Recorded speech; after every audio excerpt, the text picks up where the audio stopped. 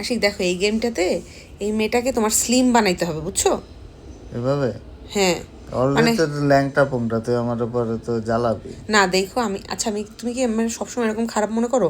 একটা মানুষকে তুমি হেল্প করবা না টু রিডিউস ওয়েট? কারণ মোটা হইলে মানুষের কত কষ্ট সেটা তো আমি বুঝি। আন্ডা খাওয়াও, মাংস খাওয়াও বা এভাবে হ্যাঁ, তো ভালোই পারতেছো। 80 কেজি বানিয়ে লাইছো, আপেল খাওয়াবা, ওহ yogurt। টক দই। আরে বাবা, তোমার 50 কেজি লাগবে না সোনা? তোমার 50 কেজি লাগবে।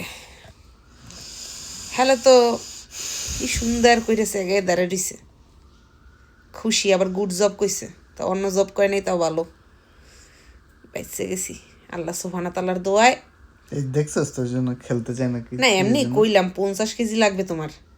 50 কেজি বানাইতে হইলে তো মনে করো মোর না খাইয়া এক ঠ্যাং দেওয়া লাগবে কলার ছোগলায়, আর এক ঠ্যাং দেওয়া লাগবে কবরে।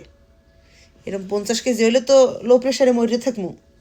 সরি জান, সরি, তুমি তার জবই নাও।